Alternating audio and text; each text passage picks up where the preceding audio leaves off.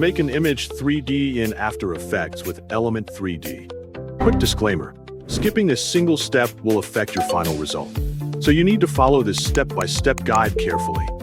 If this guide helpful, don't forget to like and subscribe. First, don't forget to comment if you still need our help or want to ask something, and we will reach you as soon as possible.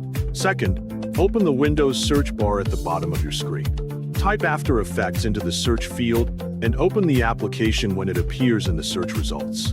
After the program finishes loading, click New Composition to create a new composition. Set the composition settings according to your needs, then press OK to continue.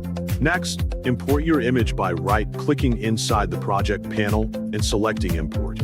After the image has been imported, drag and drop it into the timeline to create a new layer.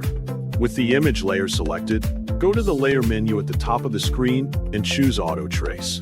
Wait for the tracing process to finish so the image paths can be created.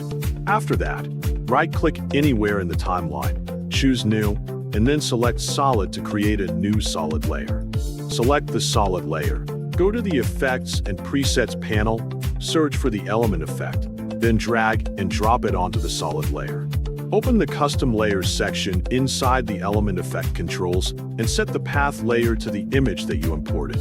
Then open the Custom Texture Map section and assign the same image as the custom texture.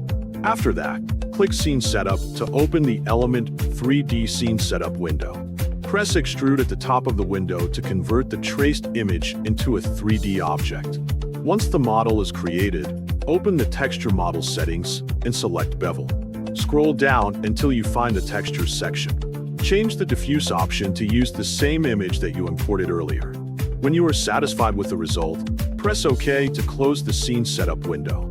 Your image is now converted into a 3D object with the original texture applied inside Element 3D in After Effects and ready for use.